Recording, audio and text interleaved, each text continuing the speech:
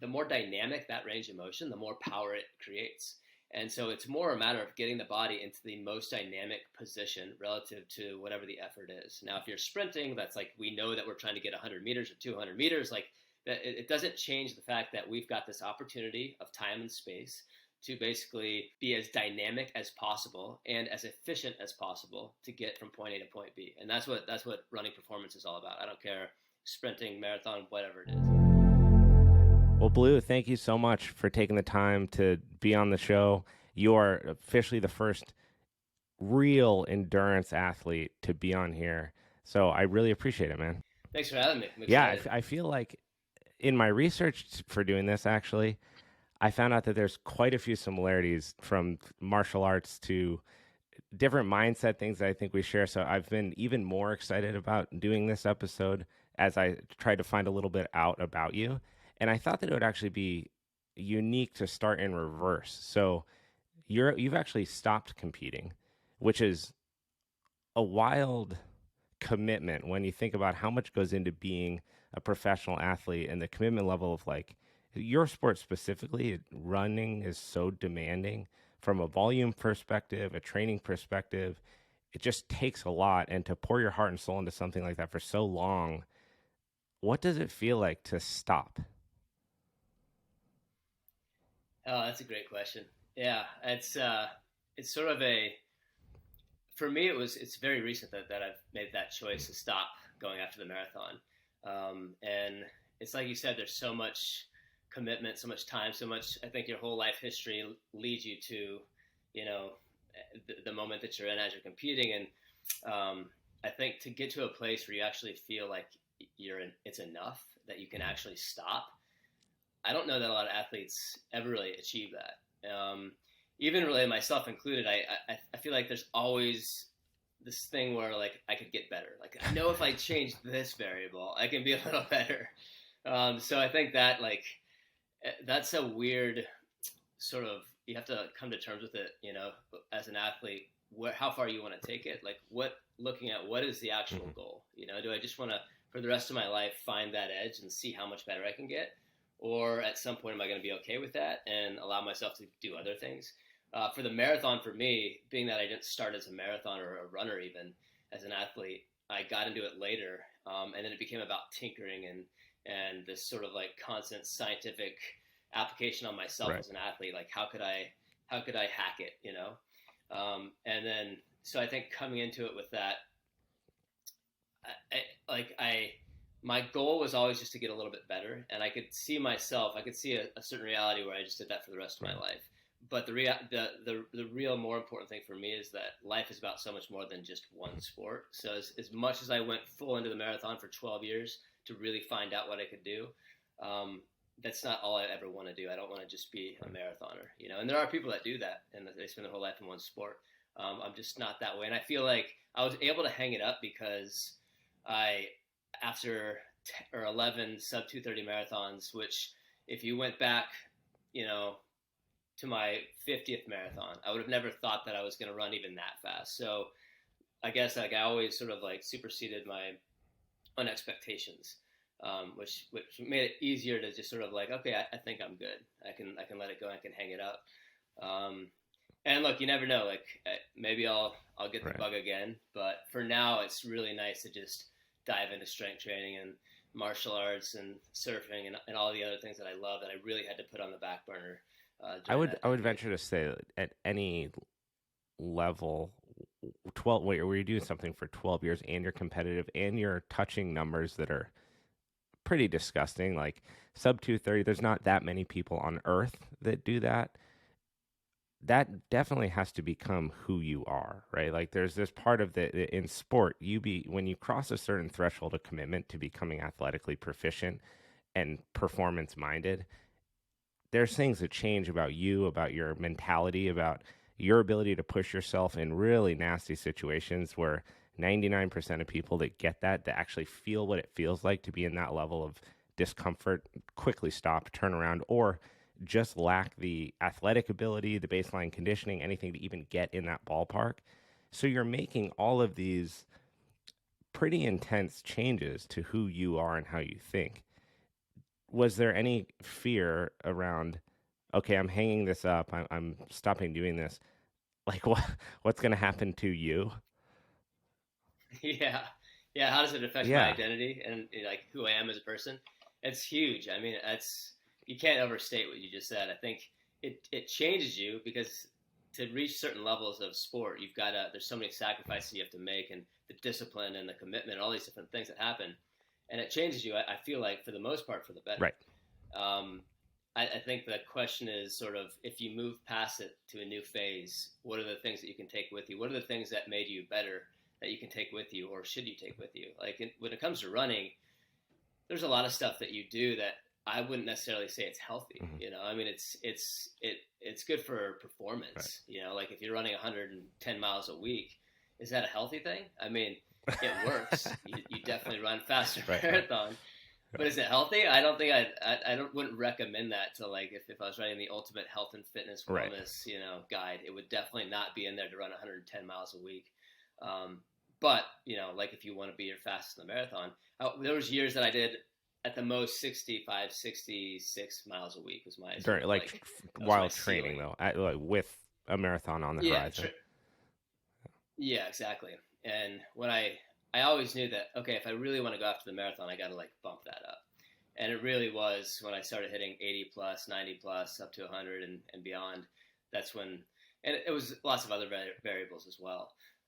But that was definitely one of the ingredients that took it to the next level. Was it a gradual, incremental change in terms of volume? Because I feel like the difference between not running and running is vast. The difference between running and then starting to touch like 6 miles in a run and then maybe that becoming more baseline and then making the jump to like a half marathon, then the marathon is big, but the marathon to multiple marathons, that's, again, it's a jump that most people don't ever make. And there have to be physiological adaptations that are happening in your body and your ability to replicate that type of volume without complete breakdown, without any kind of overuse injury, without effects on your sleep and your recovery. So when you were doing this progression, you say you didn't start as a marathon runner. Was it like you went out on a run and you're like, oh, I could totally be into this? Or how did you go along that progression into this crazy amount of volume where like really now that's what you do? It's not something you're doing. It's like, that's your time. Yeah. That's interesting because I feel like I was lucky for a couple things. I didn't have pressure to perform because I came from, my dad was a surfer and non-competitive as far as sports went.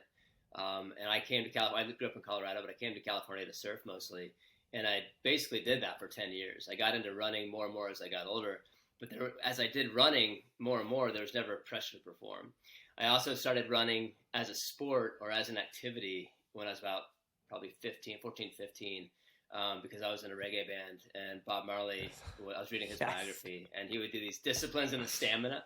And he would take his entourage on these 18-mile runs around Kingston. Yeah, wouldn't he run with like 15 people and they just take off all the time?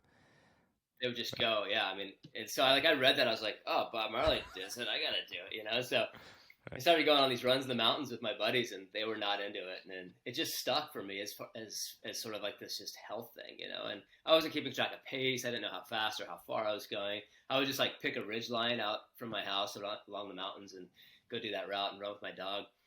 But when I moved to California, that was something that I could always just do, Like I could always turn to running and go run 4 to 5, 6 miles. And to answer your question, running was usually more like 4 to 6 miles for me for, I'd say, 10 years. That was the bread and butter, and maybe like a few times a week.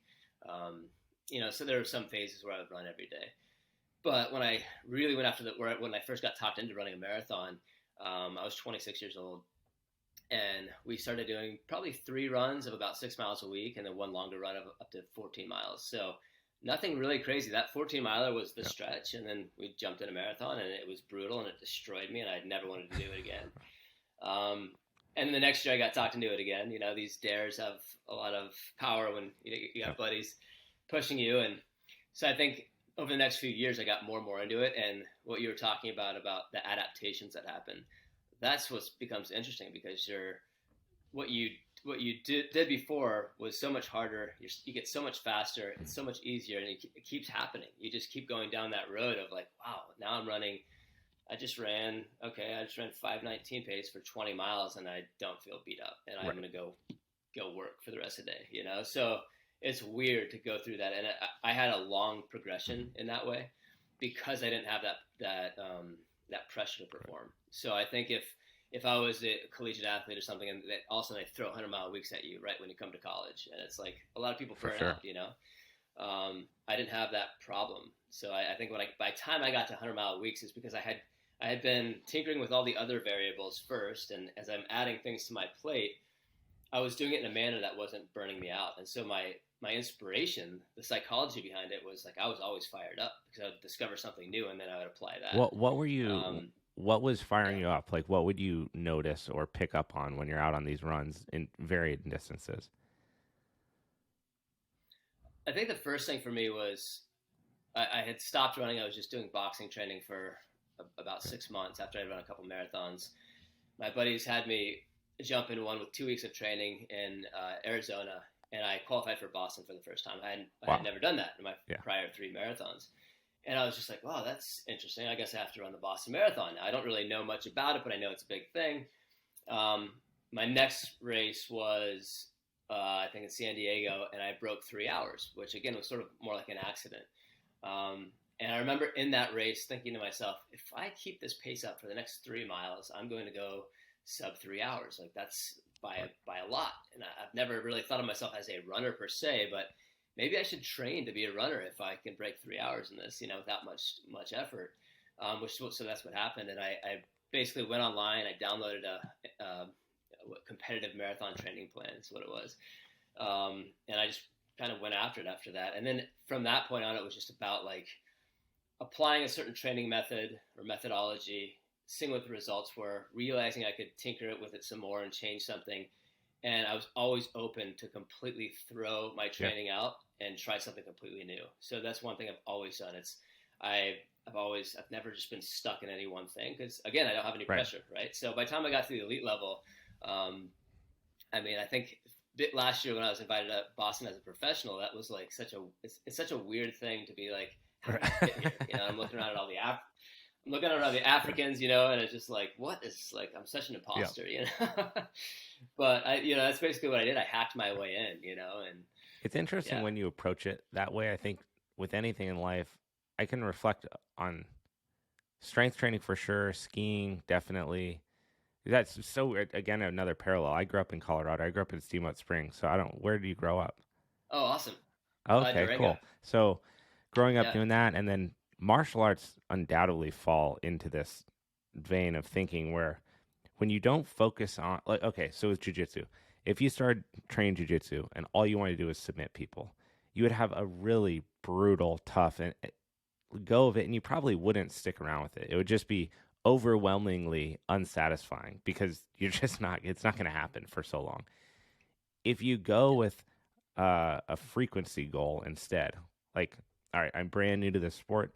I'm just going to go to class 2 to 4 times a week, as much as I can. But if I'm beat up, I'll go a little less. And then that's all you focus on each week is just find your consistency in attending without too many big goals. One, you pick up a lot more because you're just not closed-minded into figuring this one thing out. You see more as it comes at you and as it's developing. And then your skill set as a jiu-jitsu practitioner develops a lot quicker because you're not concerned with these like end result things. And maybe along the way, you get tapped out by your competitors a lot or other people that are starting with you and they're at that same level. But there's this point, it's kind of like when you cut below 3 hours, you develop more body awareness than they do because you're more aware in the positions. Like this happens over and over. And so it's this approach of going for like running for time instead of running for pace. I'm just going to go 20 minutes. I'm going to go and I'm going to run an hour, or I'm going to run that ridge line. If you go, I'm going to run that ridge line at a sub 7, like you're going to hate running. It's going to suck. It's going to be so miserable. And so when you approach things like that with a different view, it's mind-blowing how the view that you do something under completely changes your psychology and how you do it.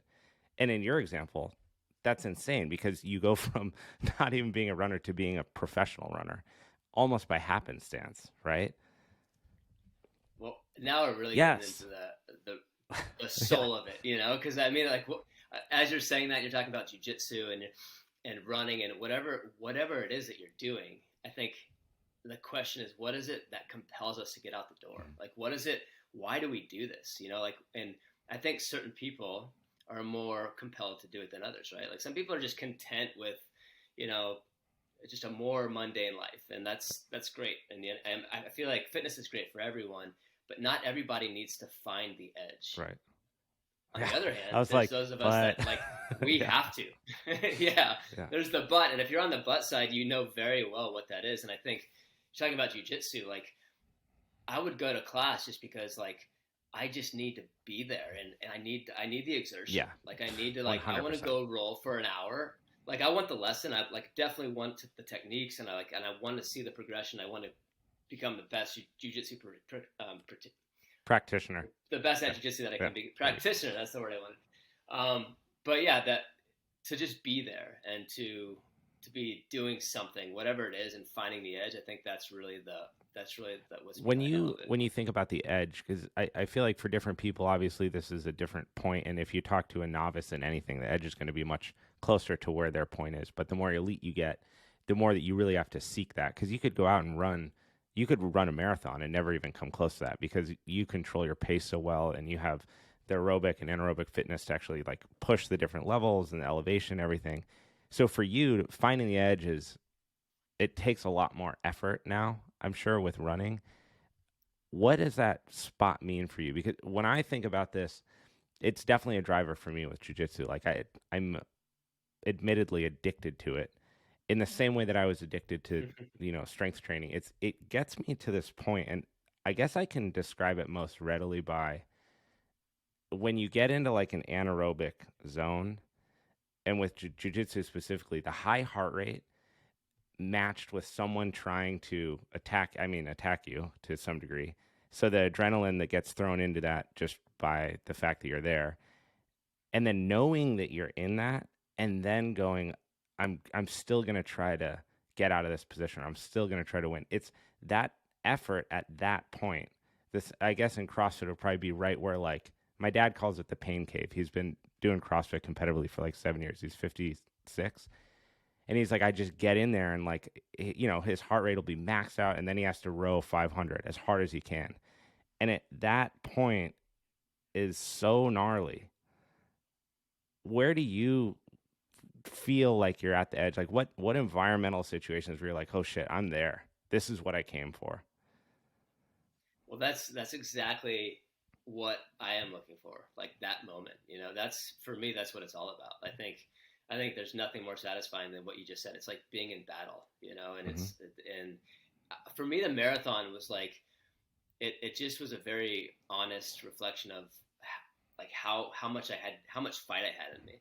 At mile 22, no matter how fit I was, like it always became, I have nothing left. I am completely depleted, no glycogen, and I've got to somehow muster the energy to not only, I'm not just here to finish, I'm here to like perform. Right. So like, how can I find a place in my soul that'll fire me up to like, to bring this home, And I think like, that's the thing I was searching for. That's why I ran 70 marathons. Because like every time I got that part, like, and there was a lot of variance in the races I did. Is from like pace to environment, but they all delivered in introducing me to myself, like on the rawest level.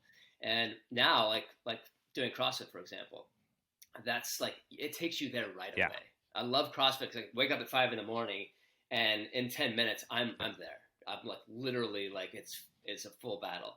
And I think with the marathon is something that's such a specific sport. And I think over the years of getting myself to that, elite level with it, it was a lot of controlling variables and being smart about the training. So knowing if you're doing a lot of volume, you're doing 90 to 100 miles in a week of running, you can't run all of that fast. You can't approach it like CrossFit, where CrossFit, like every workout you do, you're just like, you go to war, right. and that's how you live. You can't do that with the marathon. So you have to just I think you have to bide your time, and you have to understand when and why and where you're doing the high intensity versus the aerobic conditioning. My last cycle for Boston, I did a type of training called Run Flow, developed by my old coach, Richard Diaz. And it was basically incorporating all of the intensities from aerobic to anaerobic to VO2 max into every single session that you ran, called Run What Flow. were the durations? Amazing. Around that? So like the volume overall from a week by week perspective was lower than what I had done. I was averaging like 50 miles a week rather than 90 to 100. But the ratios of aerobic to anaerobic were the same as they would be in a regular training methodology. Gotcha. But every session. It's just the frequency every session. So that became really fun because now I get to go to battle every time I run. It became more of a game, like, okay, I'm going to warm up. I'm going to do some like sprints. And then at some point, I'm going to go hard for 3 minutes. I'm going to go hard for 30 minutes. But it's going to be, I'm going to visit that intensity. My fitness. I was going to say, is the theory behind this? I'm thinking of like, it basically takes like nonlinear periodization, but then drops it into a per session approach. But your run volume's still high weekly frequency, right? Yes, and you're still getting the same progression as you manipulate the ratios of the different intensities with each other. So like in the base building phase, you're still 80-20%, 80 aerobic, 20 anaerobic, and as you go on, you're up to, it's more like 60-40 when you're peaking. Wow. So it's the same as traditional. I mean, you're doing a lot, like right near race performance, you're doing a lot more percentage of that. But the volume was low. I was surprised that some of the weeks I look at it like, oh damn, I've never run that low of volume. Well, that's got to be hard I too, was right? 'Cause then mentally you're like, I'm not covering the same amount of distance that I typically cover. I'm going to get blasted when I go and race, right? Yeah. Well, but I'd run 20 miles faster than I had ever had at a lower heart rate. So, I mean, I'd be like, one of my runs I ran 5:19 for something like around 20 miles with shifting gears. So going from like sub 5 minute miles to recovering at 5:30 pace, like, and truly recovering. My average heart rate was 135 for this whole run. Yeah. I'm looking at it like, sorry. Really happening? Your average heart rate was 120? 135 on a 5:15 for 20 miles. Yeah. Which blew my mind and how I felt. The other thing was I was running uphill on a route that I've done for a decade of training. I'm running up this hill that if I'm really pushing it on the uphill, it's like a 5:45 usually if I'm really hammering. I was pulling back and recovering at a 5:35 up that hill. And I'm just like, is my wash broken? Wow. Because I feel really good. My race was 3 weeks later. I didn't have a great race. It was pretty warm and humid, and I'm not great in either of those conditions. So I ran a 2:27, which is not fast for me, but it was like all of my training leading up to it was worth that type of training just to see, right, to know what it's like, or just to feel that.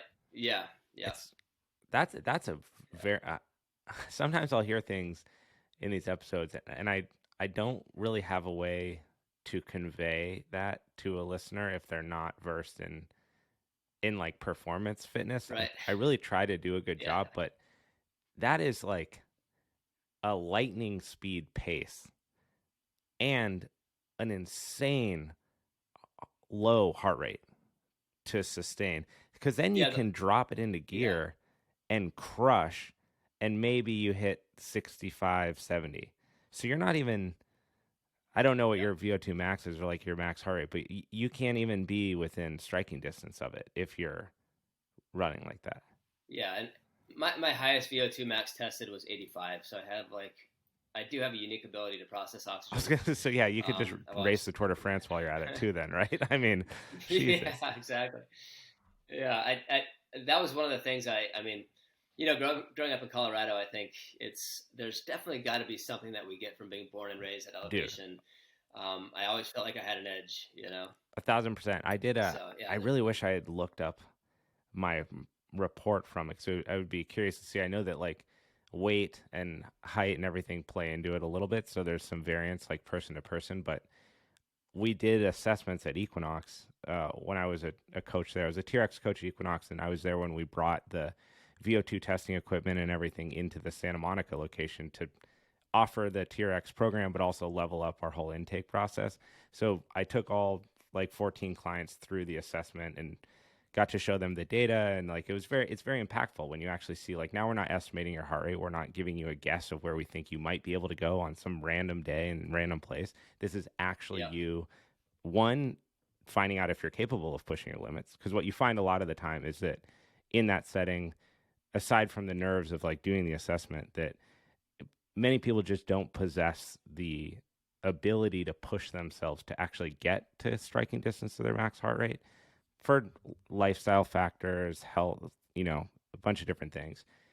Doing that test, I'm just competitive. So like, I'm not going against everyone, but I went as hard as I took myself to the limit of limits that I know are available, because I really want to know. I'm like, this is great. I'm going to be able to regulate my rest and recovery between sets and like all this stuff so much better. And I really wish I knew what that number was, because it was competitive and it was in like the upper percentile for our group of trainers, but we're a mixed bag of people, right? So 85 is globally elite, like very, very elite. I think that what top competitive cyclists in the Tour de France are 85-ish, right? So that like you are taking in oxygen and processing it at an ungodly rate. And it's interesting because when I was first tested in a lab, I had that VO2 max, I was not running that fast in the marathon. And the coach said to me, Richard Diaz said to me, he's like, okay, so the first thing he said was, you just blew the highest VO2 max score I've tested in 20 years. Are you running a 220 marathon? And I was like, not even close, man. And he goes, well, what does that mean to you? And I was like, I don't know. Obviously, something's off. He's like, yeah, it means you run like shit. Right. And I was like, you don't even know me. Watch me run. But sure enough, he put me on the treadmill and did a video analysis on me, and it was exactly as he said. He was pointing out all the inefficiencies, and that session was the single biggest or most important session that I've had as an athlete in my life, because it was like, I've always been a decently good athlete at every sport I've tried. But there was something with the running where I'd run a lot of marathons, and I was a sub-elite athlete, and it wasn't for lack of trying. And I had the fitness, obviously, at the VO2 max, but I'm not at the elite level. And why? And he just basically pointed it right out to me very specifically. Like, you see your overstride, you see where you're landing in front of your center of mass. That's not efficient. You've got the engine, but you don't have the aerodynamics. So you got to fix that. And I was like, dude, you have my attention, because I think I'm doing it, but I'm not. So you got to show me how to do this. And that when I became a coach, that's definitely my favorite thing to do, is the video analysis and then form makeover on an athlete, because taking them from inefficient to efficient, there's just nothing better. I mean, the before and after.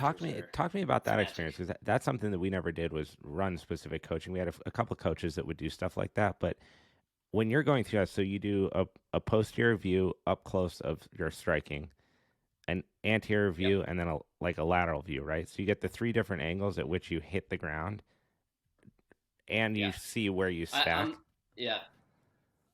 I'm less. I spend, for me, it's like if I have an hour of time with somebody, whether it's an individual or a group, it's how do we have the biggest effect on them as an athlete that can last throughout the rest of their life. If I'm never going to see you again, what can I get across to you that's actually going to make a real change? I've spent hours in clinics with athletes where we dumped so much information at them and we had so many assessments, and at the end of it, their head is spinning and they don't even know what they know about themselves, So it's like, I don't think that's an effective way or an effective tool to give somebody. So for me, it's been about, over the years, simplifying the information coming to them. We meet up, do a video, mostly focus on the posterior view. And then we're looking at head position, forward lean posture, arm swing, and then what's happening from the waist down. Primarily getting away from overstriding. Like anything landing in front of your center of mass is an opposition of force, because you're trying to get force to be applied downward so you can get velocity forward through space. It baffles me that people still want to argue like the foot strike thing. Did they argue? They argue for heel strikes over toe box strikes because of the way shoes are designed, and just like that like you should land on the heel, or it's, for me, it's about relation to center of mass. And if you look at forces applied, and if we're trying to get velocity forward through space, like, you obviously don't want an opposing force. So to land on your heel in a forward direction would be an opposition of force. Like, there's just such a clear mechanics thing. Out of You know, it's curiosity like on it's that just point, pure because science. so my brother ran barefoot track all through high school cross country, competitive, like not elite, but he was, for someone who just like decided to join the track and field team and run cross country, he was great. And he started when he was in high school. We're 7 years apart. He would start to tell me about this. He's like, look, when you're running, because my experience running was soccer, cross training for skiing, running, trail running, cross training for skiing. Everything was for skiing. So I didn't put too much focus on like getting my run stride better because the boots fixed on skiing, etc. So he would start telling me about this, and I'm Yeah. like, I just don't. I was like, I don't think that's right, because I would look at people do that, and they look like they're almost cutting their step short, like they're catching themselves. Mm, And he's like, no, yeah. trust me, because he's like, look, when you're walking, you're not actually upright. You think you're upright, but you walk at a pitch. That's how you move. You're basically catching yourself as you're falling all the time. And so if you're doing that and you strike with your heel, when you go forward, you're actually stopping yourself because you're extending this thing out Yeah. in front of you. He's like, so you shift that Yeah. to use your falling momentum to your advantage. And so I went out and tried it, and I was like, this is absolute bullshit, because I had such a hard time doing it. And then I was looking at run footwear construction, and there's so much emphasis on this heel pad, like thick heel pad, which just visually, if you're not, proficient like you are in running and assessing mechanics, what would you think that shoe's for? It's to strike the pad, right? The big cushiony part. But then I Yeah. would talk to Yep. friends that ran marathons or triathletes, and they're like, no, like, that's how you do it. And then Newton out of Boulder made those running shoes with Yep. the pads underneath. And I was like, man, am I just missing something here? So is that like the most common thing that you'll see across different skill levels? So let's say you're taking an athlete, or you're taking someone who's like, hey, I'm in pain when I run. I want to run more, or I want to do a marathon. Is that the first thing that you typically try to adjust for them? Yeah. I think, I mean, for me, it's about approaching running as a skill. And I think that the problem with running is it's something that we all can just go out the Right. door and do. And I sometimes equate it to like a tennis lesson. Like you wouldn't just go play tennis and expect that you just look.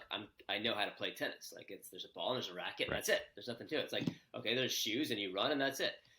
That just is like it takes away from everything that you could become with whatever that Mm-hmm. skill is.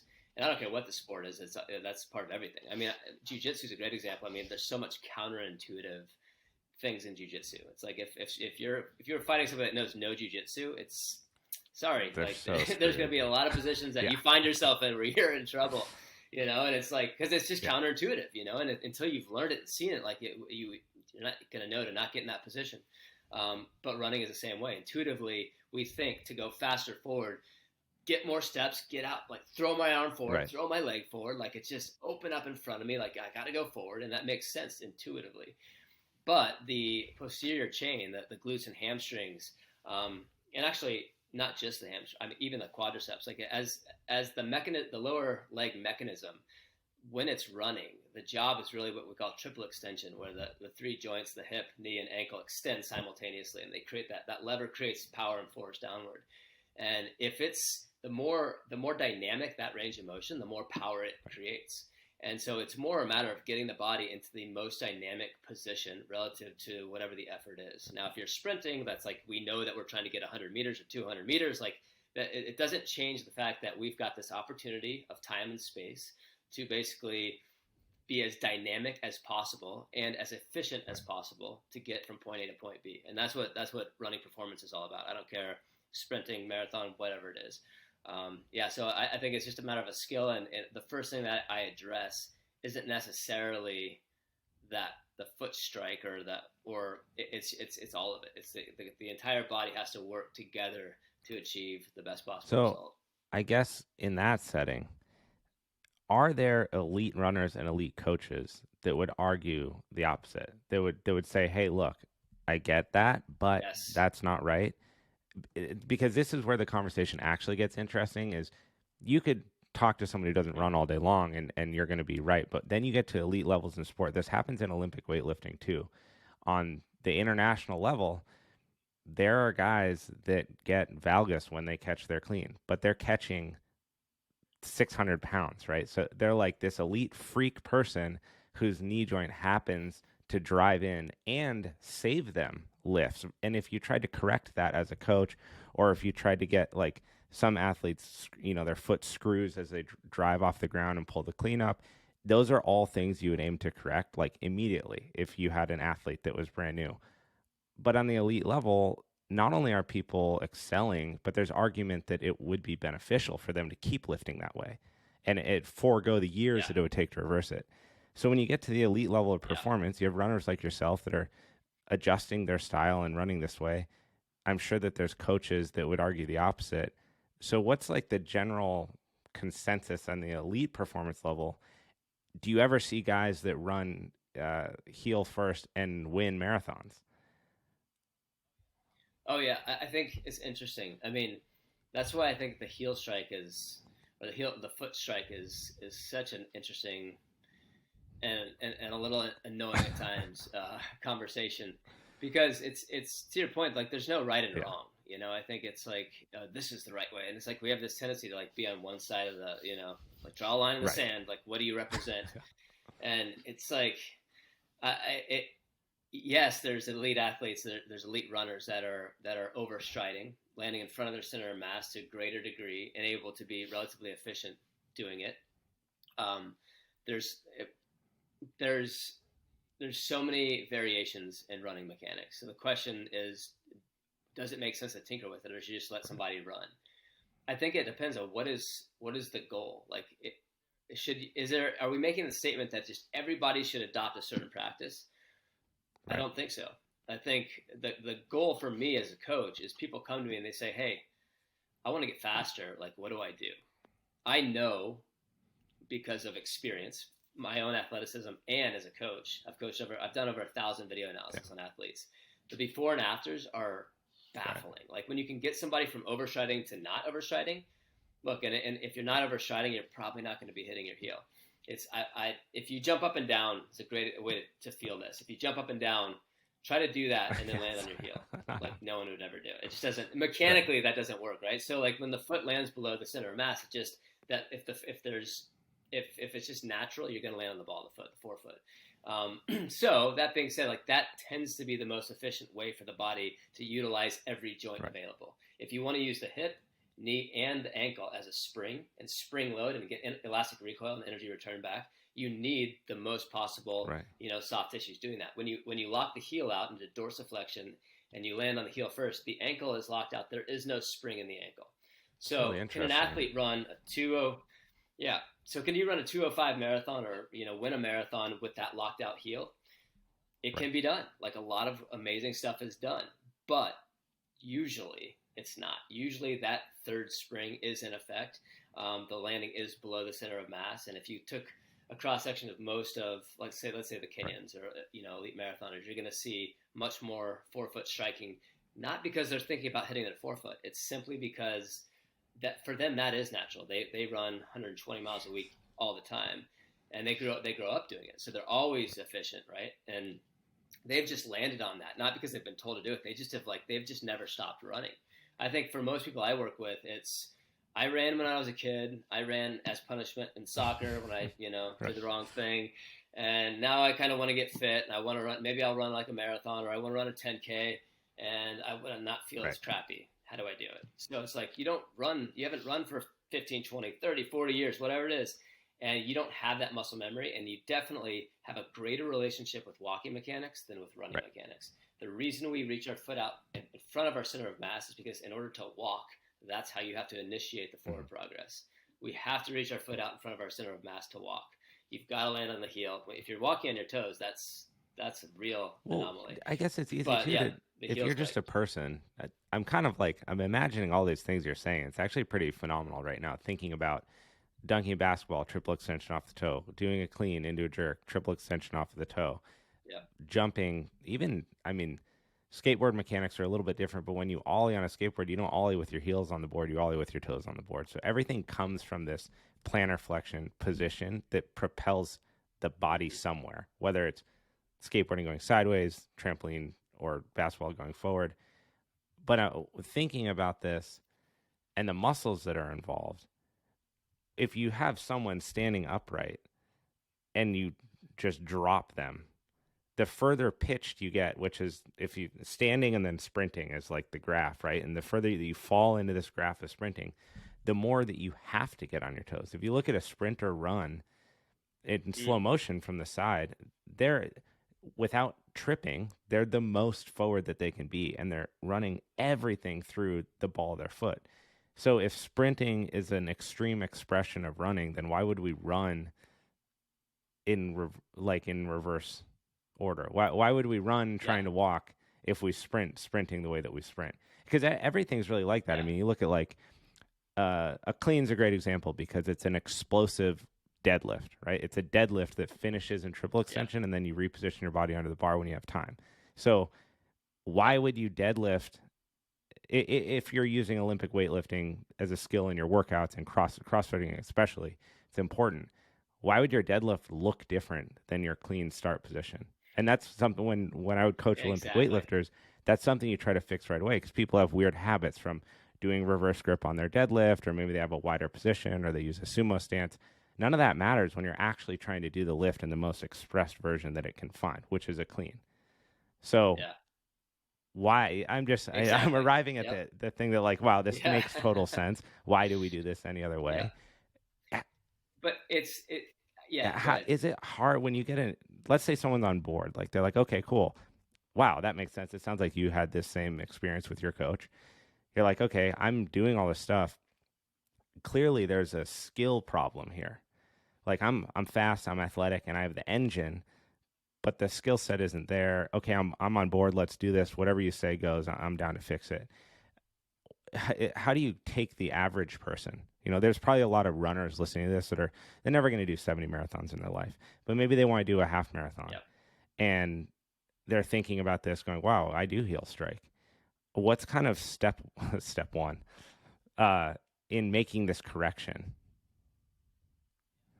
Yeah, I think it's a decision of if it's something that you want to actually tackle, because it's not as simple as just, it's sort of like a all or nothing type of thing. If you want to take yourself from overstriding to landing below your center of mass, that's not just something that easily happens, because you've got these subconscious neuromuscular connections that basically determine subconsciously what's going to happen with movement. So once that's established, if you want to override the subconscious, that's not an easy thing to do unless you're consciously overriding. Running is primarily subconscious. You're thinking about like, oh, here comes a dog, and like move out of the way, and like, oh, check out that cool view, and you're not thinking about like left arm going back, right arm coming forward. Like there's too many things simultaneously happening. We couldn't think about all of them. So then the question is, okay, then what do I think about if I'm going to change it, and at what point do I think about each thing, right? Like that's my job as a coach that works on mechanics is cueing the athlete. Like how do you, and that's like with Olympic weightlifting, like when and where and how do you cue that athlete to get them to do what you want them to do. But I think it has to be a choice first of making that change, making the shift, because there's a lot of uncomfortable moments that you're signing up for the next month where it's not going to feel, your connection to what running is going to change. And for some people, that's exactly what they want. Like running hurts, running sucks, I have injuries, help me. Other people are like, like the devil I know is better than the devil I don't. Like I might have a little bit of knee pain, but I don't want to have like Achilles pain too. So once the athlete, and that's who I work with, the athlete that comes to me and says, I want to either be faster, or I want to make a change, or I have injury.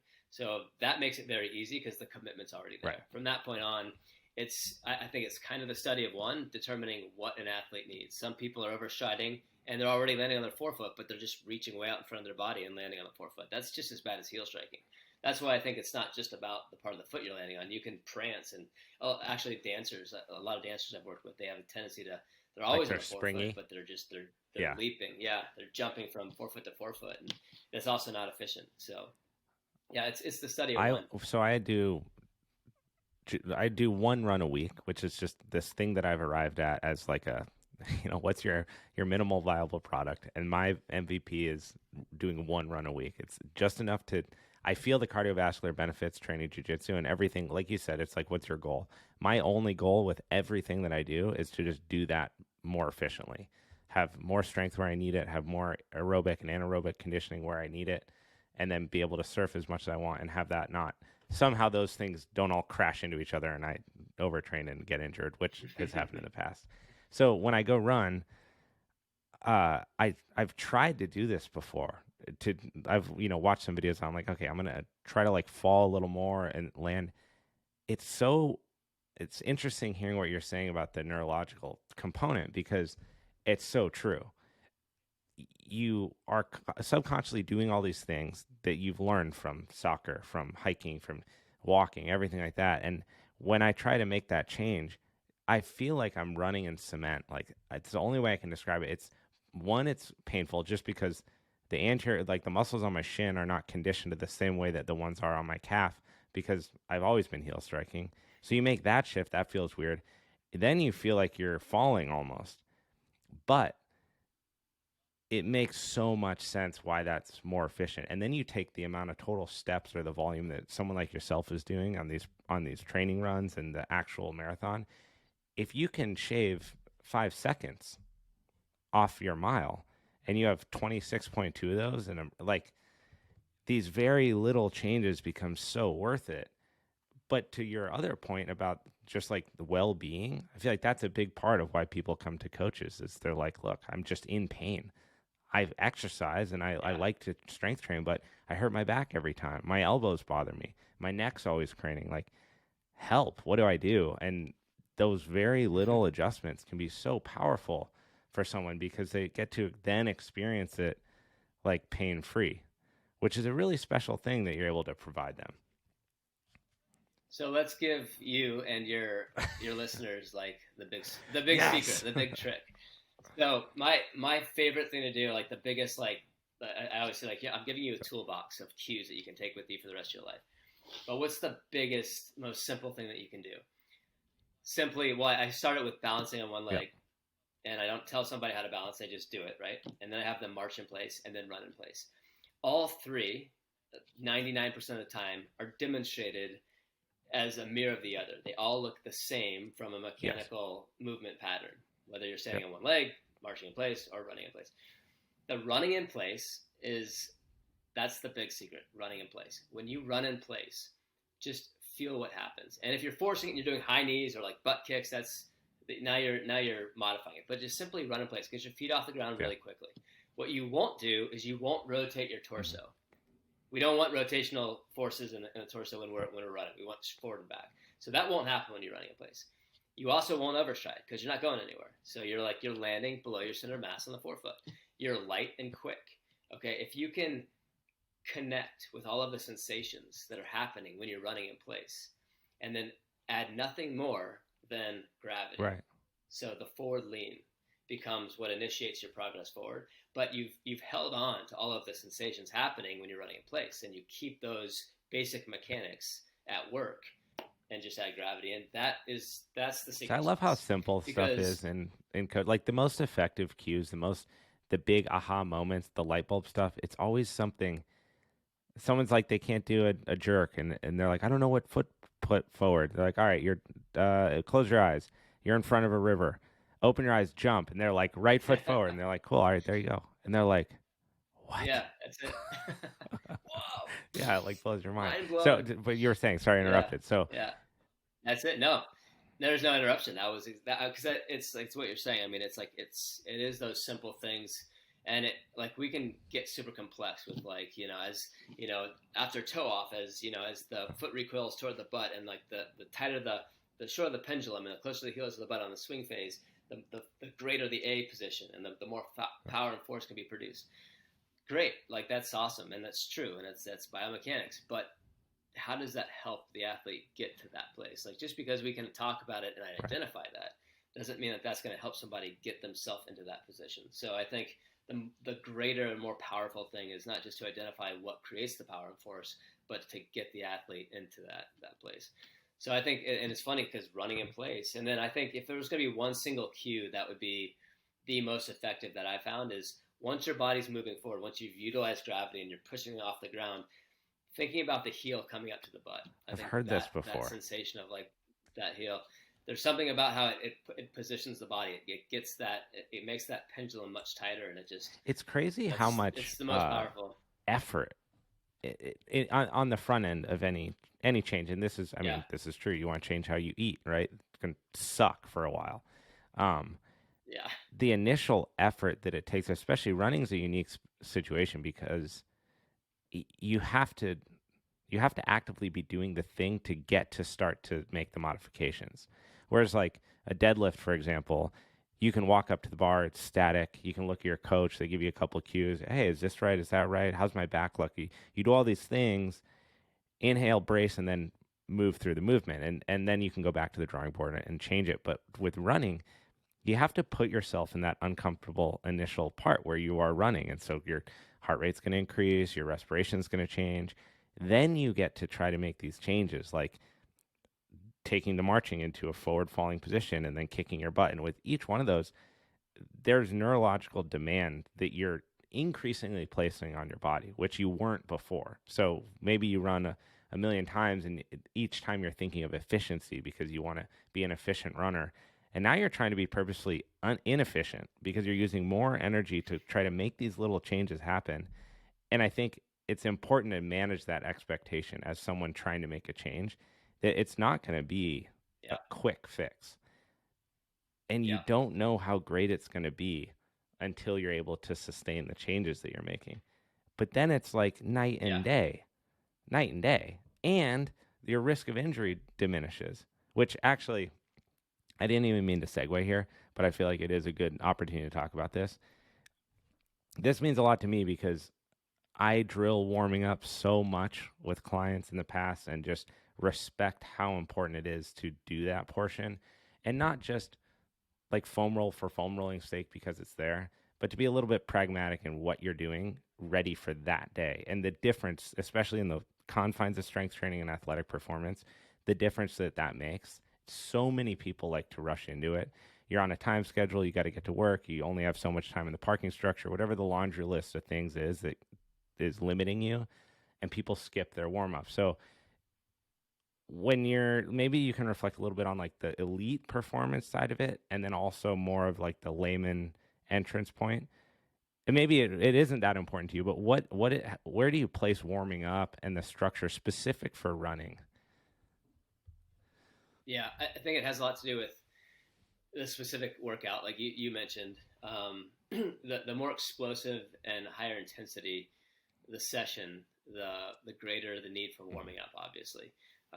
Like if you're going to go out and run 30 minutes easy, that's like you're warming up to warm up, right, basically, because it's the kind of the workout itself is a warm up.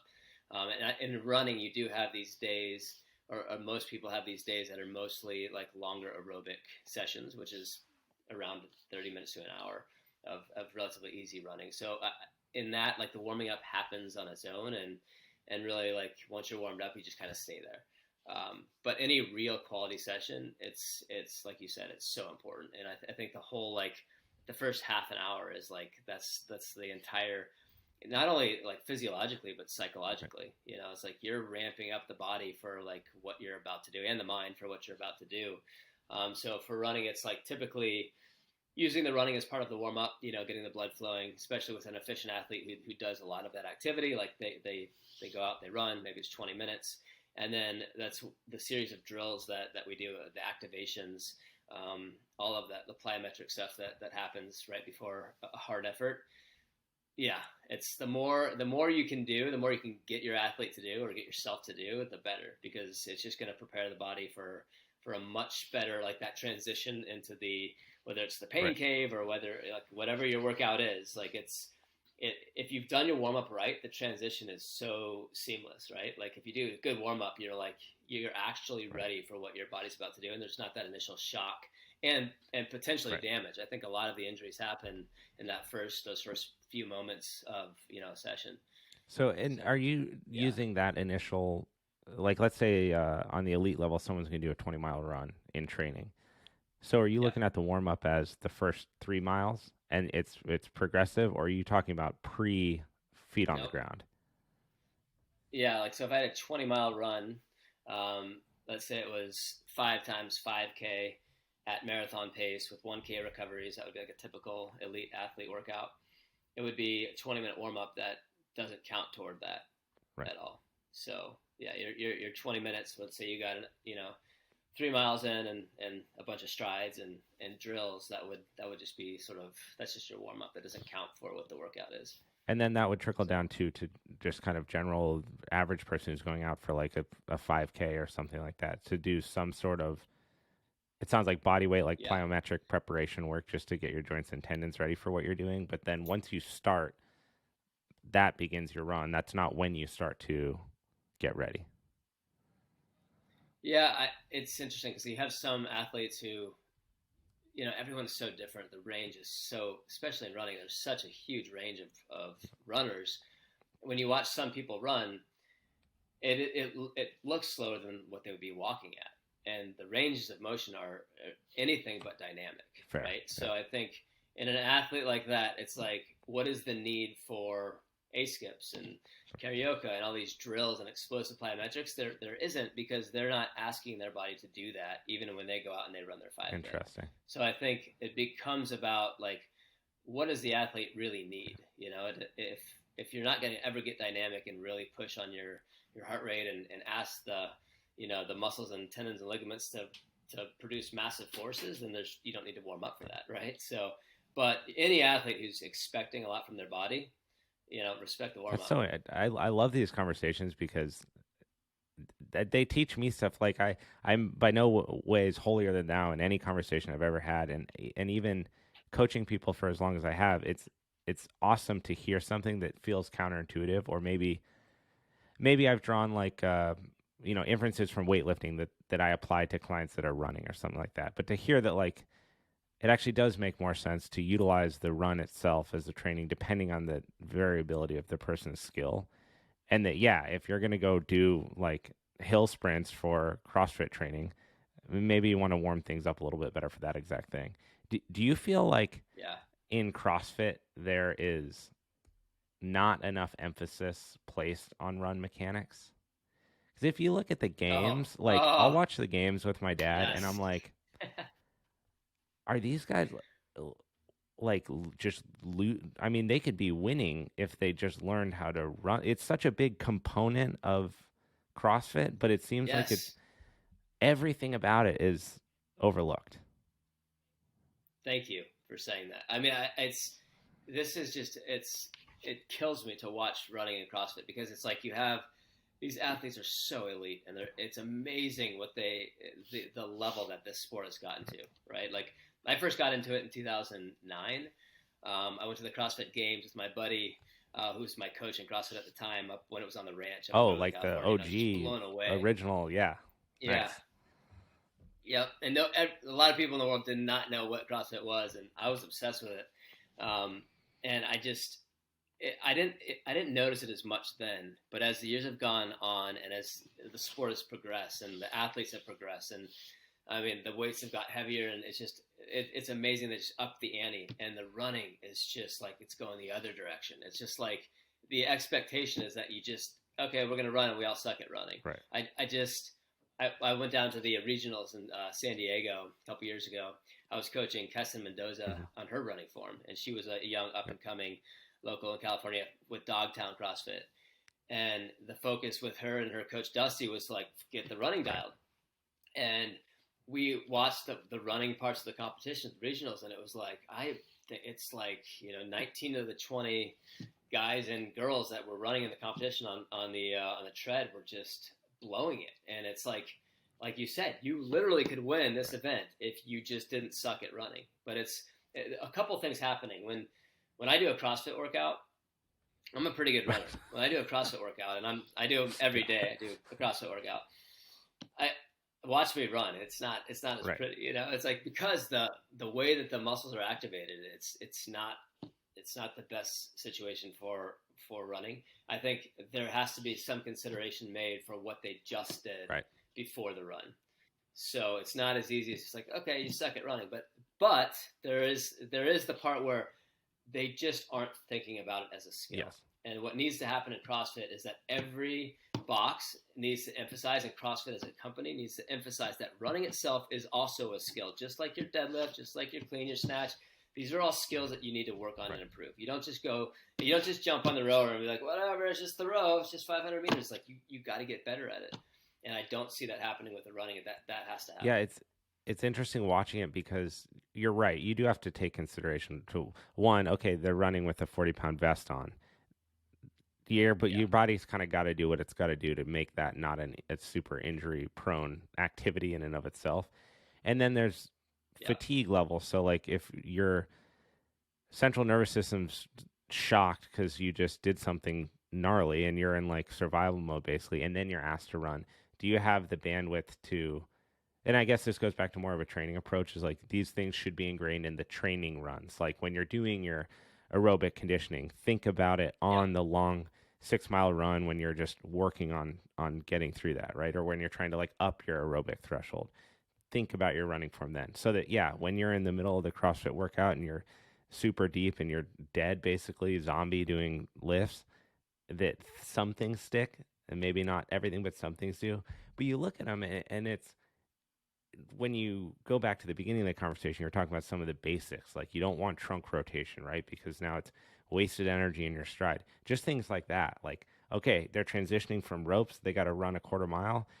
They do that. It's like the superhero run, right? That's a really inefficient way to run. So maybe you don't have to overhaul your entire mechanics, but what if you just fix that one thing and then you shave 20 seconds off your run time? Now, potentially that can bump you up. You could advance to the next regional, or you could not, based on something like that. I see a lot of similarities in Olympic weightlifting too. Like guys that come from and women that come from a gymnastics background or an Olympic weightlifting background have this leg up on competition because of how intensive it is to get the mechanical skill proficiency to do that kind of stuff.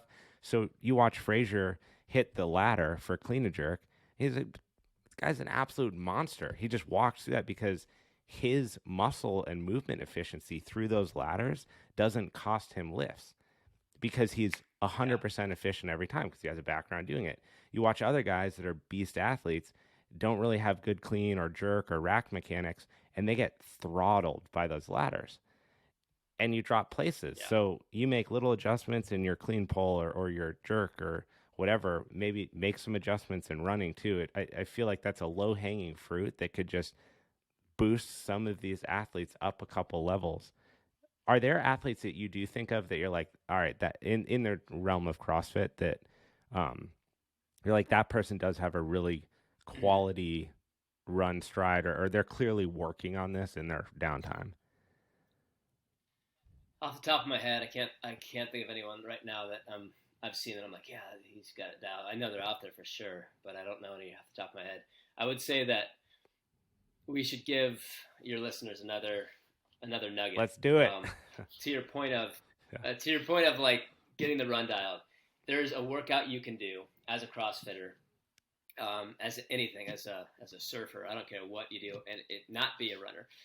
If I think about running with a weight vest on, who could I put a weight vest on who I know and have him go do some running and I know would have perfect running for him? Usain Bolt. Right. Put a weight vest on that guy. Go have him run. It's gonna be right. Perfect, right? Like the guy's like, and he is a big dude and he's got a lot of muscle mass, right? So like the idea that you can't run well with a large muscle mass is just incorrect. Like you look at most sprinters, right? Like so. And watch Usain Bolt's 1919 200 meters. Like, not only can he run well, he can keep it going for 200 meters. Like, that's insane at that pace, right? So, and I think that's just one example. So I think that would be my example and proof that, like, strong athletes can run very well. Here's the nugget. We call it mechanical strides.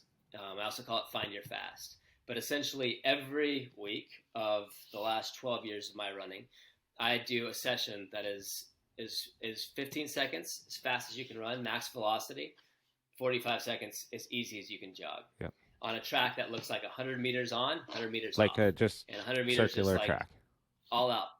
Yeah, on a circular track, you just on the straightaway, we call it turn and burn. So on the straightaways, you let it go, you let it fly, basically sprint, and then you jog the turn and sprint the straightaway. what this does is it doesn't take you into anaerobic metabolism because you're not spending enough time at the high intensity. Interesting. So as you go, you cover 100 meters, and depending on who you are, anywhere from 13 to 18 seconds, you've covered that, and your heart rate goes like this, and then you come out of it, and it takes you about 45 seconds to run that turn. Yep. And in that time, your heart rate comes way back down. So your heart rate's only touching the high intensity just very briefly. So over the session, there hasn't been this need for anaerobic metabolism, meaning that it's not that hard of a workout. But what's happening is your muscle activation is maxed out. You're going at your max velocity. We call it strides because a sprint would be truly all out. We'd like to think of it as about 95% of your maximum effort. So if you had to push a little harder, you could. But doing this session, anywhere from 15 to 20 repeats of this. Wow. So warm up, get a nice 20-minute warm up, do all your strides, get really activated, get really ready, and then you hit the line. Every Tuesday for 7 years in Santa Monica, we did this workout. Wow. And I don't care if you were a 5K athlete of mine, a miler, a marathoner, we all did that workout together. And it's because of the muscle activation. It makes you a better runner. It's not difficult to do. You don't have to be out there for 6 miles and thinking about like, okay, now I'm going to focus on like this. It's like once you get your body up to that max velocity or anywhere near it, what happens with muscle activation and it's speed efficiency too. So your body is not only accessing its power and ideal mechanics, it's also getting efficient at doing it because you're doing it 20 times. Wow. So that I think is the biggest hack I could give a CrossFitter. Like I said, anyone, a surfer, whoever you are, if you want to just like throw a run in, just turn it into a sprint. Repeat workout. I feel like I'm so selfishly stoked on this conversation because I have two pieces that I can readily apply that I just know I'm going to. I'm going to tweak out about it until it's like I'll probably message you in a couple of weeks and be like, I broke some crazy pace time and all I did was add this run in. When you're training like this, like either in these settings like short workouts like this or you're out on a longer run, what do you think about in regards to breathing? Because I'll give a little precursor to this. So I read this book, Deep, and then I read his second book, Breathe, by James Nestor. It's all about like nasal breathing. And about a year... I've read it and I love it. Sick. Okay, I'm so psyched because now we can just totally go into this. I wasn't sure if you would have been a fan of it or not. And I've actually been really excited to talk to an elite runner about this because it changed my life. Like, I think, honestly, no two books in a row have impacted my life more on a personal level and then on a performance level ever than these. And how they present themselves, especially in martial arts, is truly, can't overstate it. It's crazy to me. But if I go back to about middle of the pandemic when I came across these two books, I read Deep, was blown away, felt I had to read his second book, and then was like, got hit with the science of it and the whole thing, and was just so compelled to go out. It actually got me to run. I wasn't even running at the time, but I was like, that sounds miserable. I got to try that. For the first, I had a hard time walking around our block, breathing nasally, like for real. Yeah. In doing that, realized my breathing in jiu-jitsu was terrible. Surfing, I tended to be out of breath from time to time. And I've always had good conditioning. Like, yourself, I've been an athlete my whole life, a peak athlete in skiing. And when I started running, it was really brutal. Like, all the symptoms, right? My nose would fill up. I'd get crazy headaches. But I, really forced myself, probably too determined to get to a place where I could do it. And then I can't really explain what happened, but it like a conditioning door got opened in my body. And so I always run now nasal only, whether it's like a 2-mile run or a 9-mile run. And I tend to, because running isn't the goal, let the nasal ability dictate my pace, which crazily enough, my pace has improved steadily over the last year without, kind of like yourself, I put no pressure on it. I've just implemented this practice. So is it making a difference in my running? What are your thoughts on nasal breathing? Should people be doing this? Like, just have at it, because I can't wait to hear what you have to say. It's so funny. Like, I read that book last year, and my wife can attest to, like, I was just like, I could not shut up about it. I was like, you just got to read it. And everything she would say, she was going through some health stuff, and it's funny because she had developed some asthma, and I was like, nasal breathing, you got to like screw that. It's like the cure for asthma. Like I was just so really excited about it, and I was training for a marathon, so I was like, I was using those techniques while in peak conditioning. So like I was getting to go through another marathon training cycle, which I had done so many times before, but then also use the breath work, not only for performance and during workouts, but also like just to like before sleep, just overall general health. I can't I can't say enough about it. I think everybody should read that book, Breath. I think it's just like, that tool is amazing. Interestingly for me, I was in Golden Gloves boxing when I was 18 for a couple of years, and we would always, the first time I ever heard about breath as a tool was my boxing coaches between every round would say, okay, like breathe in for 7 seconds and out for 7 seconds. And they had like, that was their hack for lowering the heart rate as much as possible within the 60-second window that you had. And so that was just something, that was my first connection to breath. So in my running, I remember that cue from boxing, and I always have thought that if I can breathe slow and move fast, that's the most efficient way for my body to move. So like I've always told people, breathe slow, move fast. Like as the worst thing you can do is breathe in sequence with your stride, because now you're hyperventilating and you're working yourself up, and so your heart rate goes up unnecessarily because you have a fast stride. Like that should not affect your heart rate and your breath.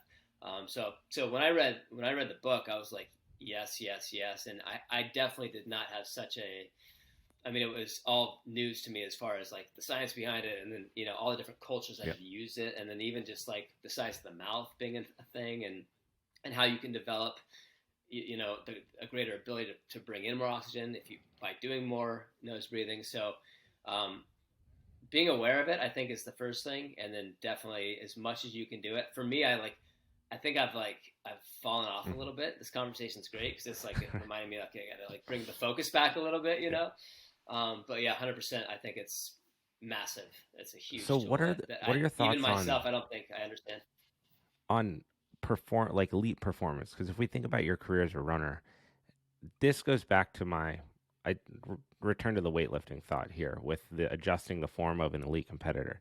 So if we can accept, for the people that haven't read the book, go read the book. It's like the millionth time I've said that on the show. But if we can accept everything in that book as true, and obviously you and I have both separately experienced a lot of the benefits, now let's ramp that up a little bit and get towards like something like a marathon, which plenty of runners do 100% nasally. And there are benefits, again, discussed in the book that I don't think would diminish at elite levels. But if you're a runner, should you start running nasally if you're not already? And if you are already, are there points at which you purposely shouldn't? Or should you focus on your conditioning in that sense and then push your pace within that? Interesting.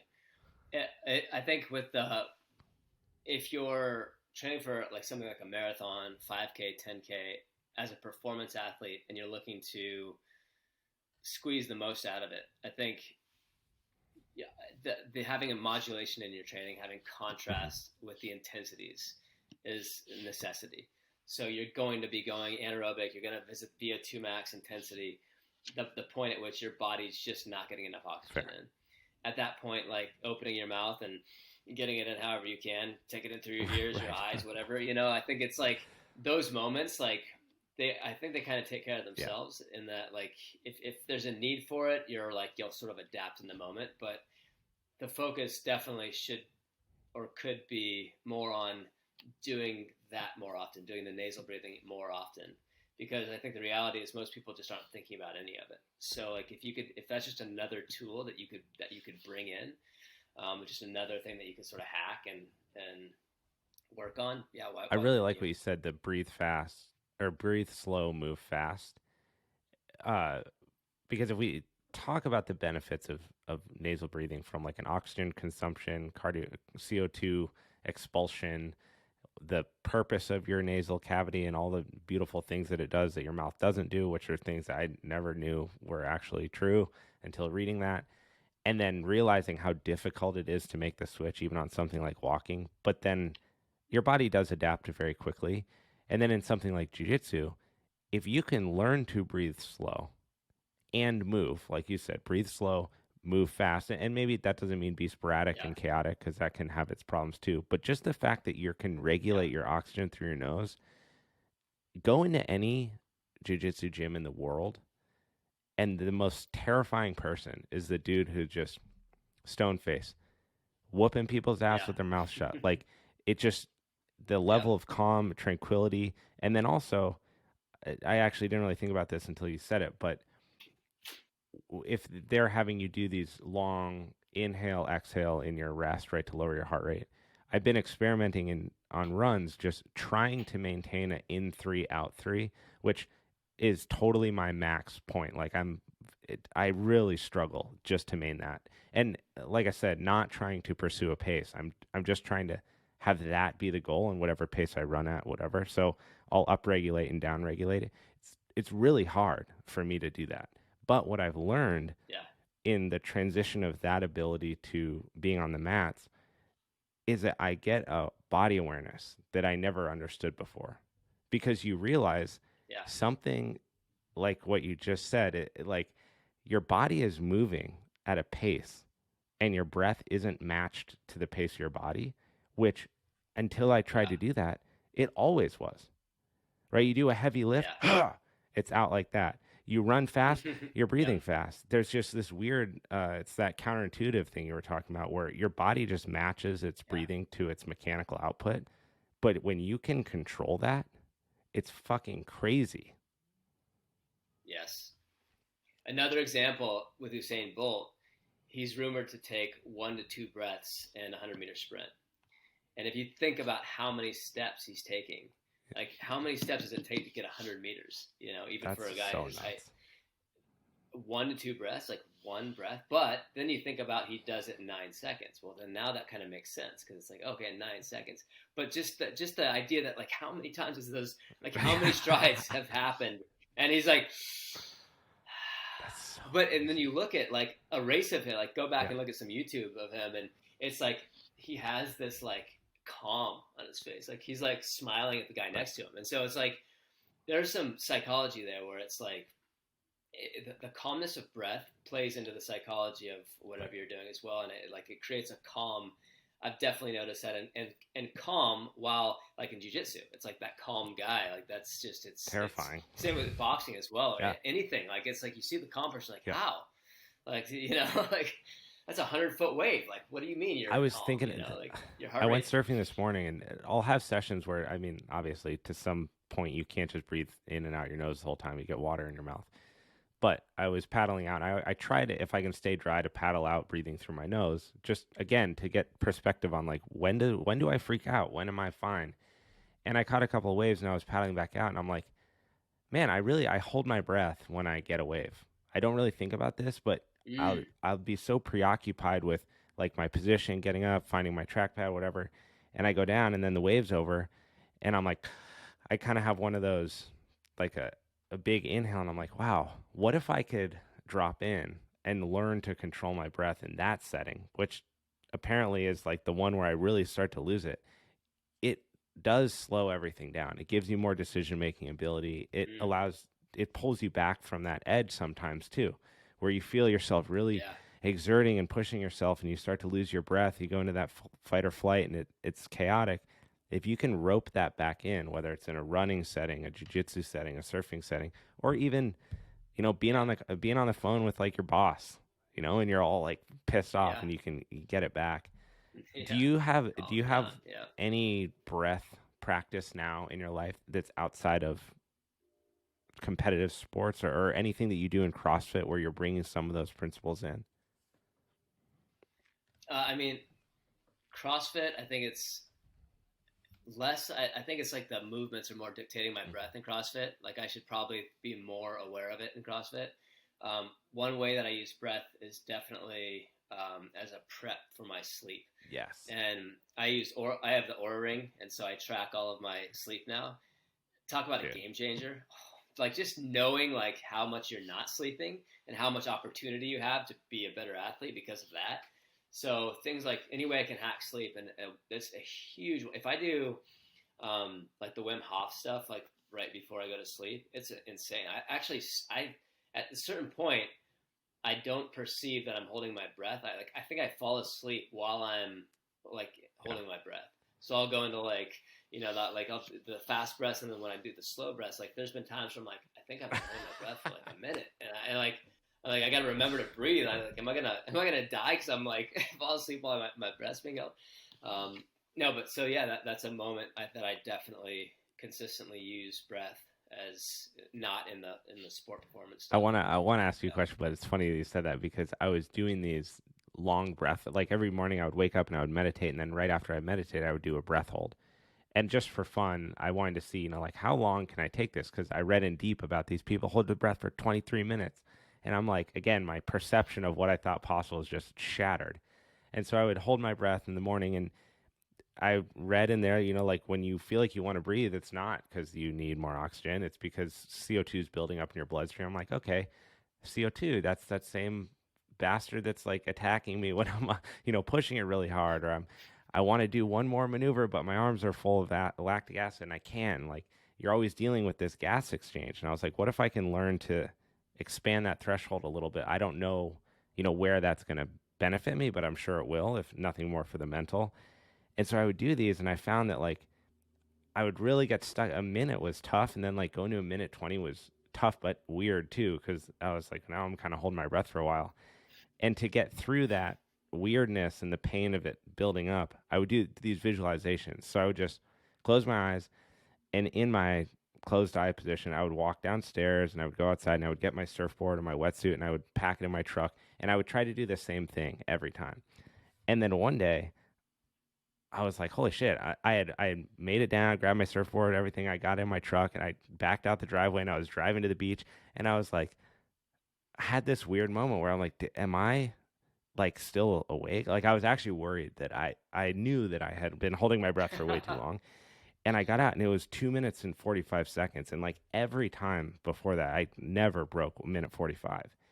And it was this weird thing where like physiologically, my body just did what it's capable of, but I wasn't limiting it with my worries and concerns because I was in the middle of this weird visualization. But I had that same exact thing where I was like worried that I was like, did I fall asleep holding my breath and I'm like never going to wake up again? But back to, I digress. I wanted to talk about sleep because that was another thing in my life that I had the pleasure of going to a sleep seminar with this Dr. Jennifer Martin out of UCLA. So they did a bunch of partnerships with Equinox and TRX to bring sleep coaching into our coaching offering. And I walked out of that thing and I was like, oh my God, if I could only go back to when I was skiing competitively and prioritize sleep, and like what strength benefits was I missing out on, and what kind of, mental acuity on day of competition, like all these kind of things. Through that 12-year span of you running marathons, how important was sleep to you then? And were you thinking about it at all? Yeah, I had like night terrors when I was a little kid for some reason.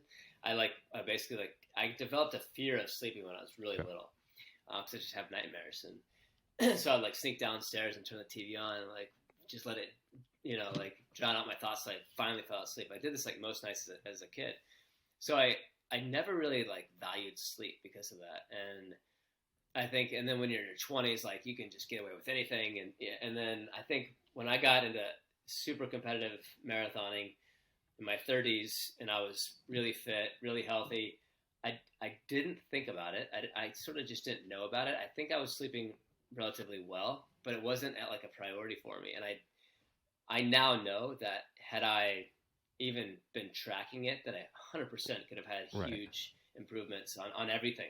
I know it because it just wasn't on the radar. It's just something I was ignorant to. How did you come about the Aura rings? We actually, we didn't use, we did a pilot with Whoop when they first started doing sleep tracking, and then Aura, right as I was leaving, Aura came out and they were going to try to do a partnership, and then COVID happened. But for clients that have used the Aura ring, because it's so sleep centric, whereas Whoop's doing a mixed bag, I think they do it well, but Aura ring definitely crushes the sleep thing. Yeah. Phenomenal results from people more than anything because of awareness. Just thinking Yeah. about the fact that now that's something that they're going to think of the next day or track. How did you end up, one, working with them, but two, just thinking about sleep as something you care about? So my friend Dave Godo is head of their community relationships, and I knew him from Lululemon. He worked for Red Bull before that. Awesome dude, and pretty much anything that he's the ultimate networker in sport performance, really into skiing. But he like anything that he throws at me, I'm always interested in because he's got the latest and greatest and everything. So he told me about it, and I was like, yeah, I'm interested. And I think prior to that conversation, I don't think I'd really. I mean, I'd heard like obviously like elite, athletes sleeping 9 hours a night. I'm like, yeah, for me that's just not an option. And then when I had kids, it was like, this is definitely not an option. But it definitely right away, I got this thing on my finger, and it was like seeing not only like that, like how much you actually slept, not the time you were in bed, but that you actually slept. Seeing things like your body temperature, seeing the effects of if you drank alcohol or if you ate too late at night, seeing things like how much deep sleep relative to REM sleep, to light sleep, like all of these things actually, when you can see it, and when you wake up in the morning, you're like, oh, what? Did I even sleep? I feel crappy. And then you go back and you can look at it. Wow. Like that technology it's mind blowing to me. It's the single most important tool I have in my life for sure. That's it. I would totally agree that it is one of the most, it is probably the biggest driver of behaviors, is quality sleep. And it's oddly one of the easiest to overlook because you've been doing it for so long. Yes. And you form strange habits because I had some of that when I was a kid, like, I guess anxiety around sleeping because I too would get really intense nightmares. And actually talking to this doctor, she was able to kind of diagnose that there's things called hypnagogic hallucinations, which are like projections where you wake up in between being asleep and being awake, but your brain is still in a sleep state. So it'll actually project images into your foreground. So this would happen to me when I was younger. I'd freak out because sometimes they're really intense. So their face is coming through the wall and like, it's terrifying. So it gave me anxiety about sleeping. But then I think the biggest problem was through my 20s, I identified with this, like, that sleep is for like lazy people. Like if you're sleeping, you're wasting time on being productive. And that idea with an athletic mindset is really damaging because you're all about performance and having a leg up and being competitive and doing more and, outworking the next guy. And so when you look at sleep as like, wait, that's an extra workout I could get in if I just woke up earlier, or that's more prep work I can do at night, or that's this or that. It's really easy to convince yourself that you don't really need to sleep.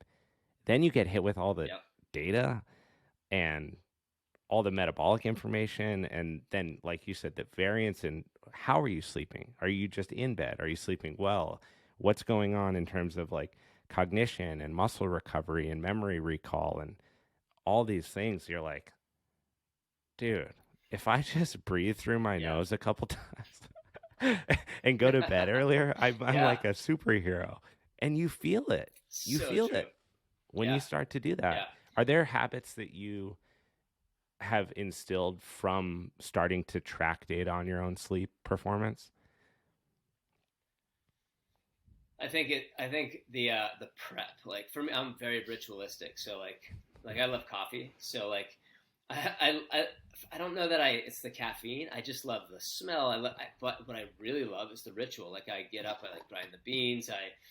I'm all about rituals. I think that's why the marathon training ended up fitting my personality really well, because it was just like, if you can be systematic and consistent and, but I do that with sleep now. So it's like, from the teeth brushing to like, all of the different things that you do prior to sleep, ritualizing that process, like takes you into that state. And it just, I guess what it does is it makes me start out getting the quality right from when I hit the bed, as opposed to like being not ready for bed and laying down anyway, and then just like hoping I fall asleep. But I think that's like, that's amateur, that's a really, the what she would call like sleep environment and sleep hygiene are these two driving factors for your habits at night. And the environment is things like keeping the blinds shut, having the room at a nice temperature, not having a TV in the room. And then hygiene things would be like what kind of things you do to subconsciously cue your body that you're getting ready for rest.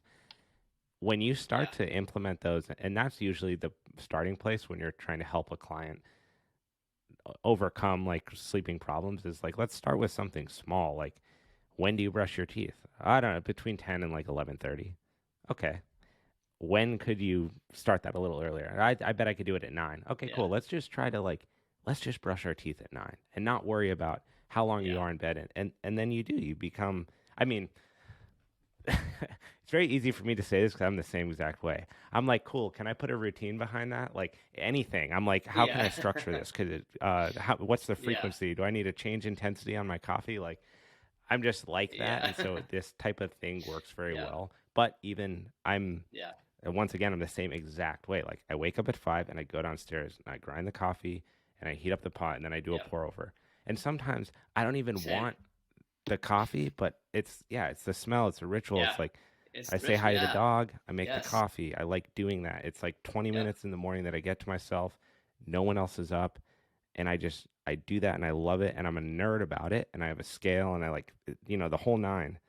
But we have the exact same routine, dude. I have the scale. I have the Chemex. Like, it's pour over. But it's like that thing 400 grams. That gets you up. Like, I get up at 5. Part of the reason that I'm able to take the first step out of bed is because I get to go downstairs and do that. And I really, truly look forward to it. Now it's a little lighter in the winter. It's pitch black. But it's that thing that by happenstance is this driver. If I didn't have that, what am I waking up? Like, it sounds stupid, but what am I waking up for? To have an hour before my first training session? That wouldn't really do it for me. So if you can have something like that does it excites you. Maybe it is a walking the dog, or maybe it's doing yoga in your garage, or like something like that. But now you sandwich your habits between these two things that are really important, because now you're okay. It's 7. I'm gonna start doing things, and I don't know if this happens to you, but I'll get in bed and I can read, but maybe 8 minutes, and I'm out like cold, because my brain has been getting tired since I got home from training or something like that. Out of curiosity, what is your coffee setup? This is the real nuts and bolts of the entire conversation. It's what matters most. I mean, it really is what matters most. So I was doing the Bottomless. Have you heard of Bottomless? They're like this company that basically they have a scale, and your coffee sits on it, and whenever it gets low, they send you the most recently roasted coffee from wherever they source it from. And you can decide what level of coffee you want. So it's like, I want the prime, most expensive kind. And I only want Ecuadorian, and it's like, and then, okay, now you're down to like, 5 ounces. It's in the mail. It's on its way. This would have solved this morning's conundrum when I used the last of the beans, and I think my fiance almost murdered me. But because we came back from it, this would have literally solved. This is probably how they invented it. They're like, wait, what if we fix this? So they send it to you every month. And it's in the mail. Or whenever you need it. It doesn't matter. It's like whenever it gets low to a certain point, then they send it. It's brilliant. So Bottomless is the jam. And I think you just have to be ready for a little bit of variance in like the beans. Like, the other thing I like to do is I have at Whole Foods like the one that I know I like, and just to have those ready. So I either do, if I'm going to have like a long day out, I'll do a double brew. So I'll have the Chemex, and I'll actually do 800 monster. grams.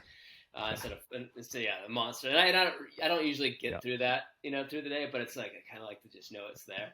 Otherwise, I do the standard 30 grams coffee. Grind it for, you do 30, like 20 30 seconds. grams?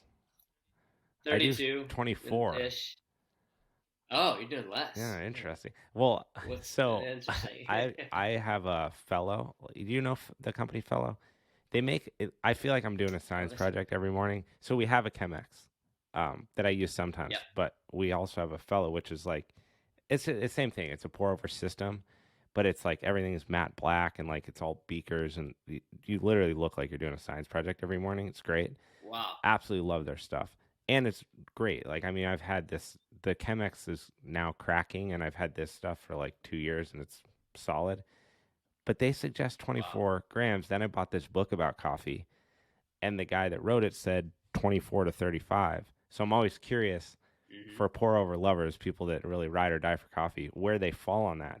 Yeah. And if you use light, medium, dark roast. I'm medium. I like the medium. I like the dark is like too much. Yeah, it's like, and then the light. Yes, I mean, there's like, I think the medium is like that perfect. And do you time it? Like, do you pour on intervals? Yeah, so I do. You're like, yeah, I am a complete nerd. Grind. What are you asking? Of course, obviously, like full on. Yeah, and it never changes. I don't. Yeah, so I do the first 60 gram pour and let that sit, and I like that's the most important part. Blooming. Like and it's like I'm waiting for the bloom. Sometimes it doesn't bloom, so it's like I'm waiting just for all the bubbles to pop. Which is a little disappointing, I'm like, to be honest, because sometimes I get a bloom that's really robust, and I'm like, did I do something different? Because I'll do the same exact beans, same exact grind, and I get nothing. And I'm like, I've read how important this part is, so if I'm not getting it 80% of the time, what am I doing wrong? Why? I same thing. That's it. I have to overlook that because it drives me nuts. But yeah, I'm with you on that thought. And then it's usually like 45 seconds to a minute that I'll let that go on. And then it's up to 200, let it drain, 300, and then 400. And then are you just straight black coffee, or do you put stuff in it? I like the half and half, man. Wow. Just like the half and half. Yeah. I mean, there's just something about like a little half and half. It's just like, I don't know what it is. I've always loved milk products, I guess. But yeah, there's just something about half and half. Growing up, like I think deep down, what's interesting is you build houses. My dad's a general contractor. Yeah. And growing up, really? Nice. He would way before pour over was a thing, and he has not changed his ways whatsoever. My dad would brew 2 pots of coffee in a mega pot, and he would just drink that in the morning. So, being a lazy kid, I'm always waking up later than my dad. That whole house would just smell like coffee. And then here's this badass dude with like forearms the size of a tailpipe drinking coffee and going to work. And I'm like, okay, that guy's the fucking man. I need to start drinking this stuff. And so something about like that whole thing probably made me really addicted to drinking coffee. But he would always drink half and half. And so when I got into drinking coffee, I would drink half and half. And then I thought it was on, like, I was all worried about the health, and so I started drinking almond milk. And I just had, for the first time in a long time, half and half of my coffee recently. I gotta say, it is the bee's knees. It's really, really pretty good. Like, I felt kind of like I was like, I'm doing something bad here. Imposter. Yeah. I'm not a purist. Did you ever anymore, get sucked into the whole the bulletproof stuff? And I tried it. I just didn't ever. Yeah, I didn't. It didn't stick. But I got to say, though, my dad was also a contractor. Wow. He would also brew the full pot of coffee in the mornings, and I'd come downstairs, the lazy kid. I swear we had a lot of parallels. It's getting weird. Yeah, right. And here's the badass dude with the beard, and he'd always like look up over like his reading glasses, and he'd have like Nat Geo like laid out, and be like, he'd always have the Nat Geo out. There's something about Nat Geo and coffee. So I don't know Is why. that how you start your morning now? Bring that one in as well. So I have like Nat Geo everywhere, and the coffee though it definitely sucked more, but he didn't have half and half. So interesting. So the apple fell far from the tree. Only, so. It's funny. When my dad was here, I made him try to make him like a pour over, and I just feel like I'm just not delivering him what he wants. It's just such like he's just been doing the drip coffee for 40 years, so that's what he drinks, and I'm trying to come in with this like cool guy son thing going with all the facts, and he's like, look, give me a cup of black coffee and some half and half, and shut the fuck up, and let's go do our workout. We just did we're in Oregon for my brother's wedding. We dropped into a box there and did whenever I don't do CrossFit. I typically train to like everything's jiu-jitsu specific, but I like to jump in and do that whenever I'm around him because it's a big part of his life. And we did this partner WOD, and part of the partner WOD was holding farmers running. Every 5 minutes that would elapse during the whole WOD, you would do a 400-meter run with the 24 kilo, and you just kept doing that. And so you would switch like halfway. It was like partner. So like run as far as you could, switch with your buddy. And my dad's like, we're not doing that. We're doing 35 kilo. And I was like, okay. He's like, well, look, we're modifying the GHD stuff, so let's just go heavier in this. And I was like, okay, cool. So we're running. I'm like, just trainer minds going, and I'm like, what a horrible, horrible fucking activity to be doing. We're running long distances, already fatigued, and I'm carrying a 70-pound load on one side of my body. I'm like, who writes this shit? And then, we're trading off, and it was so fun to do that. Like the structure to me seems strange from time to time, and I can see where it's injury prone in some regards, but there is something about it that's so difficult, and it's difficult in an unexpected way. Because if I'm writing my own programming, I know what's going to suck, and I can write it differently if I want. With CrossFit, you know it's going to suck, but you don't know how bad certain parts are really going to crush you. And we got to the end of it, and I was like, damn. And he just got into, have you heard of Deca Fit? Have you seen these? No. Oh, you got to check this out. So that's interesting that you haven't heard of this. Deca Fit is a run-centric, like, modified version of CrossFit, and they're getting more popular. So you basically have, it's based around a 1 mile run or a 5K. I think based on like if you're amateur, just like novice, whatever, pro. I'm butchering all this, by the way, but you can check it out. And so every single event has the same 10 stations. So you'll have like up and over box jumps, wall balls. It's CrossFit items. But these dudes that win are freaks, like freaks. And they're all, you can tell they're all runner freaks, because a lot of them are like 6'1" height. They're a little more lean, but they're super strong. Not like Rich Froning looking, but more on the run side. But the way that they're pushing themselves through this event, because of how much running there is in it, it's fascinating. And he's been doing CrossFit competitively for like the last, 8 years. And he's transitioning now more into this, is a little bit kinder on the body. But I'd be curious to see what you think about it. Yeah, because I think it solves awesome. What we were talking about earlier. A lot of these guys, you can tell that they're run first and they're compete in the fitness part second, versus I feel like CrossFit is much more like your gymnastics, lifting, powerlifting first, and then you come into it. Yeah. But it would be interesting to see what you think, or if I accidentally just introduced you to what you will now become addicted to. The new sport, yeah. You do CrossFit every day. Yeah. Do you write your own program? Yeah, it's I like to have something else influencing me. So I mean, it's just like with running. It's like I could have coached myself, but I like to have a coach. Even as a coach, I like to have a coach. So I like to do the workout of the day and then just supplement as needed beyond that. Well, it keeps it interesting. I feel like a little bad here on the time. We're already cruising over, and like normal, it's like, I mean, I feel like we hopped on here a second ago, but there's a couple things we're going to have to do. Totally. One, you're going to have to check out this DecaFit thing. And by the next time we talk, 100%. Maybe you're winning that. Like, yeah. And then also check out these fellow product stuff. And I'm going to actually, after we're done here, I'm going to get the information for that. What's it called? Never Empty? Bottomless. Because that sounds like a genius thing. Yeah. But Blue, thank you so much for doing this, man. I mean, we will definitely 100% have to do this again in the future. I'm sure that this episode will spawn a lot of questions, because I know that a lot of the listeners are runners.